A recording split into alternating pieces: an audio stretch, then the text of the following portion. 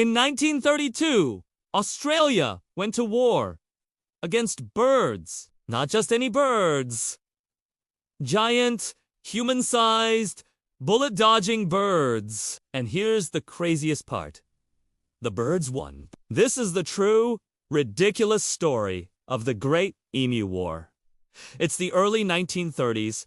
The Great Depression is crushing economies everywhere. In Western Australia, ex-soldiers from World War I are now farmers. After years of hard work, they've planted massive wheat fields across the flat, golden landscape.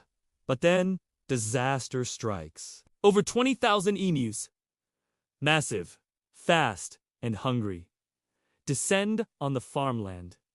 They tear up fences, eat crops, and cause total chaos. The farmers are desperate.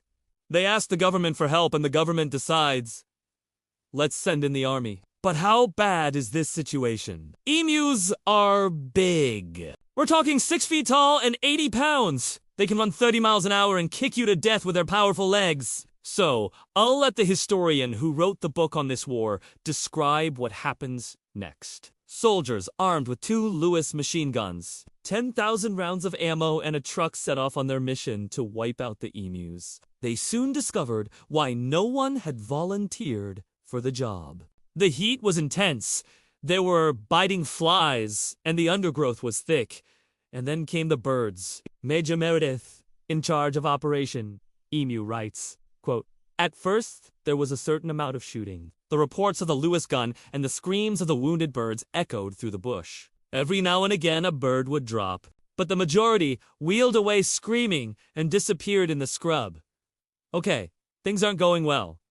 But hold on. Before they got there, the soldiers were confident. After all, they'd faced trained armies before, but the emus were about to teach them a lesson in guerrilla warfare. Now, trust me, I know you want to hear about bullets and blood and bold strategies, but if I really want your attention, I need to take you back to November 2nd, 1932. I want you to feel what those soldiers felt when suddenly, right before them, dozens of giant birds started sprinting toward them at highway speed. I want you to think about the seconds ticking by as you squeeze the trigger of a machine gun and miss, your bullets tearing through the air, passing between the birds and leaving only dirt behind. What would you do next? Would you stay and fight or run? Because these soldiers chose fight, and it didn't go as planned. The birds scattered into small, lightning-fast groups and vanished into the scrub. Now, some historians say the emus were acting like they'd been trained, which sounds crazy until you realize these birds evolved to hunt prey. That means they're natural killers. The soldiers soon realized that hitting a bird running 30 miles an hour in open terrain was nearly impossible. To solve this problem, they tried something simple: shoot the birds when they stopped. Brilliant. Except as I approached the scene, they found hundreds of dead emus. It turns out, emus don't hang around dead bodies. And once again, when the soldiers opened fire, the birds dodged and ran. Some got hits, but they kept running like nothing happened. The soldiers started calling them feathered tanks. Over the next few weeks, the soldiers fought many battles with similar results. So let me fast forward to December 4th, 1932, and the second attempt. The soldiers decided to use a tactic that sounded smart. Mount a machine gun on a truck and chase the birds. Now, on paper, this makes sense. The truck can move fast, and the gun could shoot fast. There was just one problem.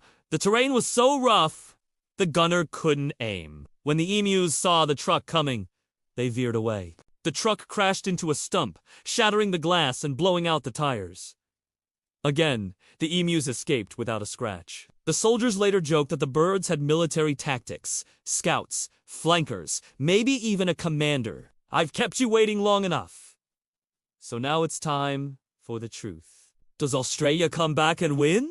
Well, yes and no. See, Major Meredith refused to quit. He led his team to a place called Salmon Gums, where the emus had returned.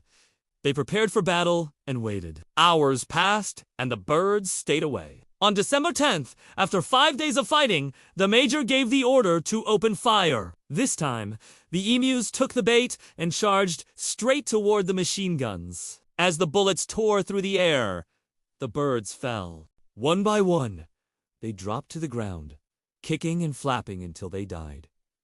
Finally, the army had won. But there was a huge problem. You see, when they arrived, there were estimated to be 20,000 emus. So who won the Great Emu War? Well, the answer depends on how you look at it. Technically, the army eliminated about 10% of the emu population, but they never truly defeated the birds. After all, most of them were still alive and running free. And the whole affair made the Australian army look foolish. But as they picked up the pieces and headed home, they also learned something important about themselves. The soldiers who fought in the Great Emu War went on to serve in World War II, fighting actual enemies, facing real battles. Maybe that's why the war with the emus is rarely spoken about.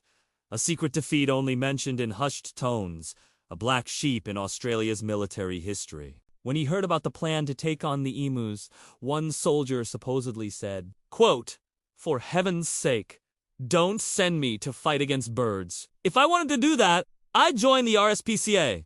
The Royal Society for the Prevention of Cruelty to Animals." And it's easy to understand why. Emus are big, mean, and fast, capable of causing real damage. So maybe that's why the story of the Great Emu War has remained shrouded in secrecy for so long. It's a tale of overconfidence, bad tactics, and one of the strangest defeats in history. As for the emus, they live on more than 80 years ago. Those birds caused havoc in Western Australia. Today, there are more than 70,000 emus across the continent. They roam free and proud, forever immortalized in one of the funniest stories ever told. So next time you're watching the news, you hear some politician saying his plan will stop immigration or crush the opposition. Remember 1932, when Australia learned that sometimes the deadliest enemy is a bird with good legs? And now it's time for the outro. Thanks for watching! Remember to subscribe for more stories like this. Thank you for watching! See you next time!